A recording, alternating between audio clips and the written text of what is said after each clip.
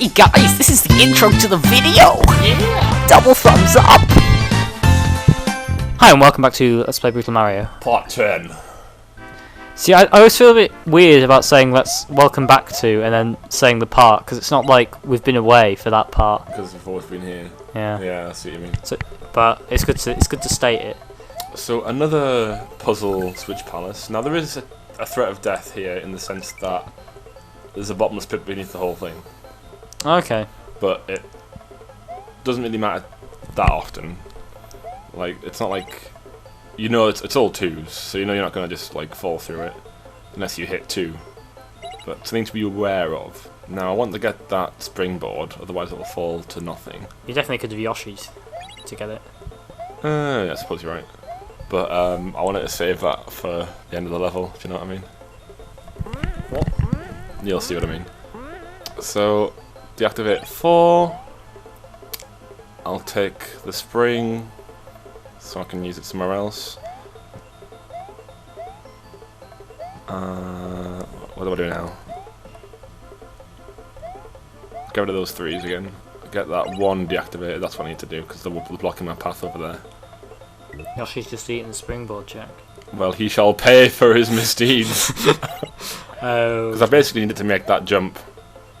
So, it's going to be an abandon all Yoshis. See ya! That's what you get for eating Jack's springboards. Basically, yeah, but I will see him again later, and I think he'll be falling, like, I'm not gonna, like, say when, but he'll fall from the ceiling at some point, and I believe that he's fallen all that way from Been falling now. For about several minutes. Well, Jack, you have a theory, don't you, about Mario? What's that then? You once told me that you think there's an endless number of Mario, like, Mario doesn't respawn, just a new Mario's created. Yeah. A la, this is a spoiler if you haven't seen the film The Prestige, a la The Prestige. I've not seen The Prestige, so I don't know what you mean. So this is... If you have seen The Prestige, you know what I'm talking about. But basically, okay. Obscure movie reference aside. It's not an obscure film. Well, movie reference aside, this is called, I think it's Sun, Skies and Sand, or Sun, Skies and Sand. Glad to see, what are these things called, the little dino things? I think it's, I don't know, the dinosaurs from Chocolate Island in the original game. I'm glad to see them making an appearance, because no one ever uses them. They don't, do they? And I think they're a good enemy. I like how they're immune to a lot of general cheats, like they don't fall foul to most sort of attacks that you can use anything else. And they've got that thing where you stump on a big one and it becomes a fire-breathing small one. I just like it. They're now a challenging enemy. Reminds me of... Super Mario Bros. 3? Yes, and it reminds me, I was literally about to mention the sun, I was going to go, I wonder if he's put the sun in. No, there wouldn't be this sun, sun sky, gave and me sand. so many problems as a child. It's not so bad in this hack. And you don't have to fight it for long. It's just nice to see that. Even when I play the game now, I don't have a problem with it. But when as a kid, God, it seemed impossible. And then there was that little tornado, which you had to jump over. You had to do that level as well, didn't you? There's no skipping it. There was no getting around it. You had to take it on, and I never looked forward to doing that. In fact, desert level, I just hated it as a kid for some reason. As I did Chemical Plant Zone in Sonic 2, but that's another story. So this is something that they've stolen from Donkey Kong Country 2, but they've implemented it really well. It's a race against time. If that counter goes to 0, you get attacked by that ghost behind me. But I can replenish time with plus signs. But is that an instant kill if the ghost attacks you, or is it like you take a hit? I take a hit. But you're small anyway. Yeah. So, I do it pretty well, I'm not gonna lie. But I played Donkey Kong Country 2 quite a bit, at least this stage, so I know the ins and outs. This is quite good. It gives you loads of benefits, and it just tries to make you survive an onslaught of negatives, which is something that wasn't. That's a cool idea. It is a good idea, and they didn't do that in Donkey Kong Country 2. So this is definitely something you can claim to be his. But yeah, I just splattered that level pretty easily. I like the way the ghost is still there, because I imagine it's pretty hard to edit it out. But I don't know, if you run out of time, it'll stop the level and it'll come and get you, and it'll go back, which is something I quite like. I wish, like, as Mario walked off the screen, the ghost had, like, slid along with him. Yeah. Just the menacing thing. following him forever. He's still in this level, but that Ghost appears in Donkey Kong 64. I'm gonna fuck it. I'm gonna LP Donkey Kong 64 as soon as I'm gonna go home next week. I'm gonna get Donkey Kong 64. I'm gonna LP the whole flipping game because I was banging on about it. So this level's called Chomp Chomp Panic 1, and I just sort of vanished one by accident there. I didn't mean to do that. I don't like breaking levels, but that sometimes just happens. And to be fair, it's pretty hard to do in this hack. Very relatively low on the glitch factor. In fact, that's probably the first one. Although I'm sure if I played it, I could find a place to fall through into to Oblivion. Limbo, yeah. Oh, see, I didn't really want to lose that shell because I wanted to get what was in that little floor block there. But you could use your cape. You're right. I forgot that. Anyway. I'm gonna go back and tell Jack that. Although, then this won't happen. I've confused myself now. I don't know what you were talking about, but I want to basically go and rampage through these. Who doesn't, Jack? Who doesn't? And I like sort of belly flopping the last few. Just makes me happy. So, you don't get to kill Chain Chomps in many games. You get to kill them in Paper Mario. That's, and it's very cathartic because they're usually invincible balls of irritation, aren't they? But he's adapted something from Yoshi's Island here for good effect, which is that the falling chomp will delete parts of the level, and it's not like preset, it's basically depending on where you're standing. So on the far right of the screen is basically where you'll land.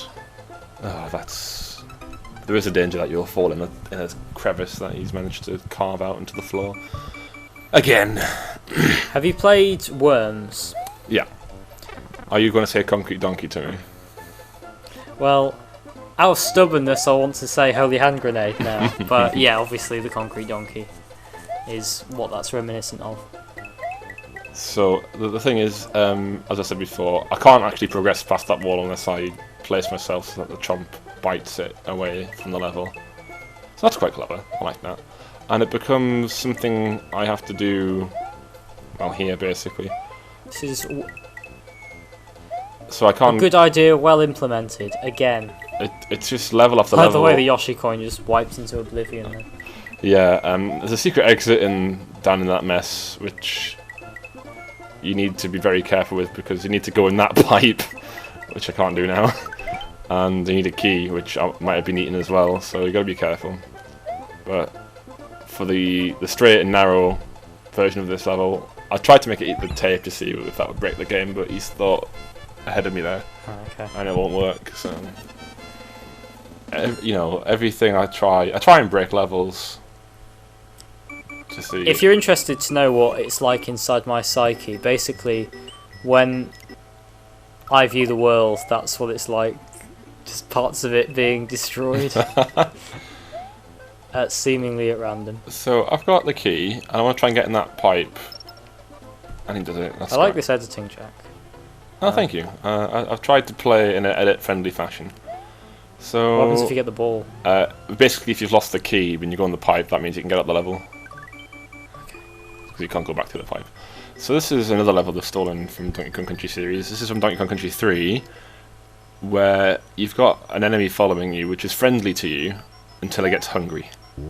So you need to feed it. See how it changes colour? If it goes red and attacks you, instant kill. No matter what and you can't avoid it, presumably. It'll freeze the game and it'll kill you. I think I show it off, but see how it's gone. Basically, there's a level in Donkey Kong Country 3, it was a swimming level actually, where you had a fish following you, and you had to try and feed it enemies. And in fact, in Donkey Kong Country 3, there was a downside to it, in that if you fed it sea urchins, it would be like, oh, I don't like it, and it'll get even more hungry and annoyed at you. So the idea is to keep it fed. And now, I know what you're thinking. This isn't a riddle level, but it is in a way, because there are certain points in the game where you have to take certain routes in order to keep the ghost fed, because he's very strict on how long it takes for him to become hungry. Yeah. And in this bit here, I need to take a certain route, otherwise I lose. I need to go down here and get to eat these Koopas, otherwise I would have run out of time, and it would have eaten me. Now, I can't remember if I let it eat me or not. I'm not there, at least. I think it eats me in this room because I do something stupid. So, I'm fine now. Up we go. See, it's getting red. Oh, I fall in the lava. It isn't the same. I find that quite stressful. It is quite stressful. It was in Donkey Kong Country as well. This is attempt 2. I always like it in video games where you're given a inverted commas ally, but they're actually more of a hindrance. Yeah. Like Prince Tricky in Star Fox Adventures, he was always in the way. And I just didn't like him. Well. Who are you thinking of? Well, if we're talking about Star Fox, I'm happy to call any Star Fox game an unnecessary hindrance after 64, although there's also a lot of wingmen in... anyway, I've got lots to say on Star Fox that I'll save for the Star Fox LPs. Yeah, save it for then. We're in the process of trying to find a reliable way of recording that footage. I've had so many technical difficulties. Like, basically with Lilac Wars, the technical difficulty is the sound's out of sync. See, that's what would happen, but Yoshi's fallen from the other level, and he's eating them for me, which I think is really good. I don't know how he's done that. I've never seen that anywhere else. That's very, very impressive. And it doesn't even add to like the game. It's funny as well. It's just funny because I thought I was going to die there because it was coming from me, wasn't it? But Yoshi comes out and falls into the lava in true pit fashion. Like, for a second I thought the tragedy was he was like, Mario, I'll help you, and he only understands eating, and he's trying to help Mario by eating him. Alright, I'll help you! Anyway, warning Christmas we'll save for part 11. See you then.